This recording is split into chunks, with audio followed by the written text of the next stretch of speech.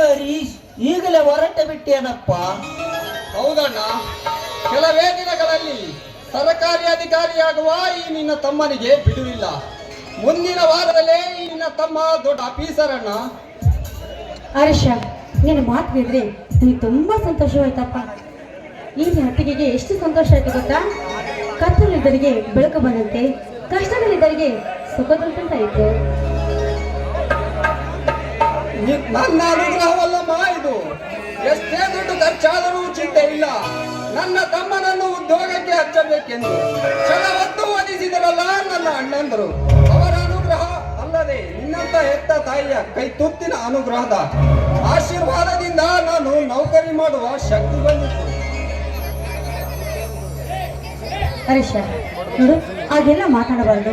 ನೀನೆಲ್ಲ ನೋಡ್ಕೊಳ್ತಾ ಹೋದರೆ ನಂದು ತಾನೇ. ನೀನು ಅತ್ತೆಯ ಸ್ಥಾನದಲ್ಲಿ ಇದ್ದಿದ್ದು ನಾನು ನೋಡ್ಕೊಳ್ತೀನಿ ಅಷ್ಟೇ.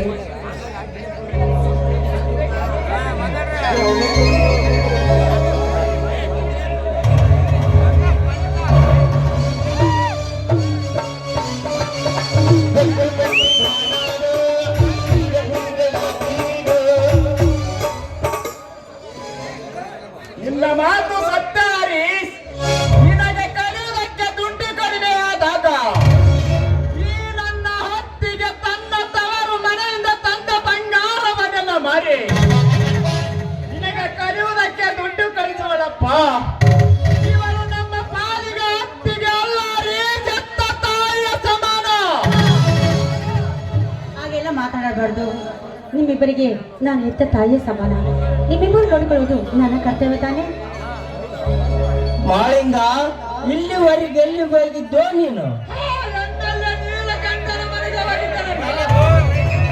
ಯಾಕಣ್ಣ, ಅವನ ಮನೆಗೆ ನೀನೇಕೆ ಹೋಗಿದ್ದೆ? ನೋಡು ಹರೀಶ್, 1 ವರ್ಷ ನಮ್ಮೂರಿನ ಶಾಲೆಗೆ ಸರ್ಕಾರ ಸಾಕಷ್ಟು ಹಣ ಬಿಡುಗಡೆ ಮಾಡಿದೆ. ಆ ಹಣವನ್ನು ಈಲ ಪಂಗ ನನ್ನ ಮಗ ಎತ್ತಿ ಹಾಕಿ ಇನ್ನು ಹಣವೇ ಬಿಡುಗಡೆ ಆಗಿದಂದು ಸುಳ್ಳು ಬರುತ್ತಿದ್ದಾನೆ ಪಂಡ ಬಡ್ಡಿಯ ಮಗ. ನೋಡು ಮಾಳಿಂಗ, ನಿನಗೇಕೆ ಬೇಕಪ್ಪ ಊರಿನ ಉಸಬರಿ? ಅವನ ಗುರ್ತ ನನ್ನ ಗೊತ್ತಿದ್ದು ಕೂಡ ಅವನನ್ನೇ ಆರಿಸಿ ತಂದಿದ್ದಾರೆ. ಇದು ಒಳ್ಳೆಯವರ ಕಾಲವಲ್ಲಪ್ಪ, ಇದು ಅನ್ಯಾಯ, ಅತ್ಯಾಚಾರ, ನೀಚವಂತರ ಕಾಲ. ನೀಚವಂತರ ಕಾಲ.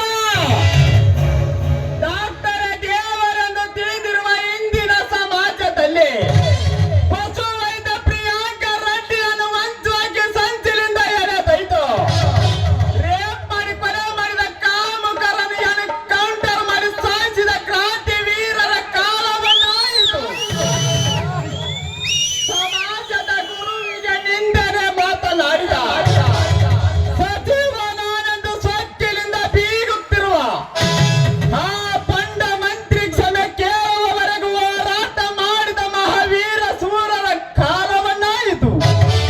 ಅಂದಾಗ ಈ ಊರಿನ ಶಾಲೆಗೆ ಬಂದ ಅನುದಾನವನ್ನು ಆ ಎಣ್ಣೆಲೆ ನೀಲಕಂಠ ದೇಸಾಯಿ ಮರಳಿ ಆ ಹಣವನ್ನು ಕೊಡುವವರೆಗೂ ನಾನು ನನ್ನ ಹೋರಾಟವನ್ನು ಮಾತ್ರ ನಿಲ್ಲಿಸುವುದಿಲ್ಲ.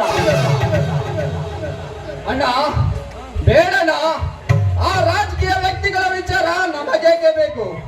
ನೀನೇನಾದರೂ ಅವರನ್ನು ಎದುರು ಹಾಕಿಕೊಂಡರೆ ನಮ್ಮ ಮನೆತನದ ಮೇಲೆ ಹಗೆತನದ ಹೊಗೆಯನ್ನಾಡಿಸಿ ಹೊರಗೆ ನಿಂತು ಆಟವಾಡುವ ದುಷ್ಟನನ್ನ ಎಮ್ಮೆಲೆ. ಹರೀಶ, ನೀನೊಬ್ಬ ವಿದ್ಯಾವಂತನಾಗಿಂತ ಮಾತುಗಳನ್ನಾಡುತ್ತಿರುವೆಯಲ್ಲ. ಅವನ ಕೈಯಲ್ಲಿ ಅಧಿಕಾರವಿದೆ ಎಂದು ನಮ್ಮ ಮನೆತನದ ಮೇಲೆ ಬೇಕಾದ ಹಗೆತನವನ್ನೇ ಸಾಗಿಸಲಿ. ಸಾರ್ವಜನಿಕರ ಆಸ್ತಿಯನ್ನ ಎತ್ತಿ ಹಾಕುವ ಆ ಎಣ್ಣೆಲ್ಲ ನೀಲಕಂಠ ಅಷ್ಟೇ ಅಲ್ಲ, ಅವರಪ್ಪ ಮುಖ್ಯಮಂತ್ರಿ ಬಂದರೂ ಕೂಡ ಹೋರಾಟ ಮಾಡೇ ಮಾಡುತ್ತೇನೆ. ಯಾಕೆಂದರೆ ಈ ನಮ್ಮ ವಂಶ ಕ್ರಾಂತಿ ವೀರರ ವಂಶ. ನೋಡು ಮೈದನ, ನೋಡು, ತಲೆ ಗಟ್ಟಿಯಾಗಿದೆ ಎಂದು ಬಂಡಿಗೆ ಯಾವಾಗಲೂ ಜಜ್ಜಿಕೊಳ್ಬಾರ್ದು. ಊರಿನ ಜನರ ಸೇರಿಸ್ಕೊಂಡು ಆ ಎಮ್ಮೆಯ ಬುದ್ಧಿ ಅಂತ ಏನಂತ ಈ ಜನಕ್ಕೆಲ್ಲ ತೋರಿಸಿ ನಾವು ಮುಂದೆ ಹೋಗ್ಬೇಕಷ್ಟೇ. ಆಗೇನೆ ಬೇಕಾದ್ರೆ ಇದಕ್ಕೆ ಏನ್ ಸಾಲಿಬೇಕು ಅನ್ನೋದರ ಬೇಕಾದ್ರೆ ನಾವು ತೆಗೆದುಕೋಬಹುದು. ಹೌದು ಮಾಳಿಂಗ, ಹಿಂದೆ ಕ್ರಾಂತಿವೀರ ಸಂಗೊಳ್ಳಿ ರಾಯಣ್ಣ ಬ್ರಿಟಿಷರೊಂದಿಗೆ ಈ ಸಮರ ಸಾರಬೇಕಾದರೆ ಸುತ್ತ ತಳ್ಳಿಯ ಜನರ ಬೆಂಬಲವನ್ನು ಪಡೆದುಕೊಂಡು ಕೆಂಪಮಾತೆ ಪೆರಂಗರಿಗೆ ಕಟ್ಟಿ ನಿಂತ ಆ ಈ ಊರಿಗೆ ನ್ಯಾಯ ಮಾಡುವ ದುಷ್ಟ ವಿರುದ್ಧ ಹೋರಾಡಬೇಕಾದರೆ ಊರಿನ ಜನರಿಗೆ ಒಂದೊಂದು ಉಳಕನ್ನು ಬಿಚ್ಚಿಡಿ. ಅವಾಗ ನಿನ್ನ ಹೋರಾಟಕ್ಕೆ ಜಯವಾದರೂ ಸಿಗಬಹುದು. ಅಣ್ಣ, ಎಂತ ವೀರನ ಹೆಸರನ್ನು ಜ್ಞಾಪಿಸಿ ಕ್ರಾಂತಿಯ ಕಿಚ್ಚನ್ನು ಹಚ್ಚಿದೆಯಲ್ಲ.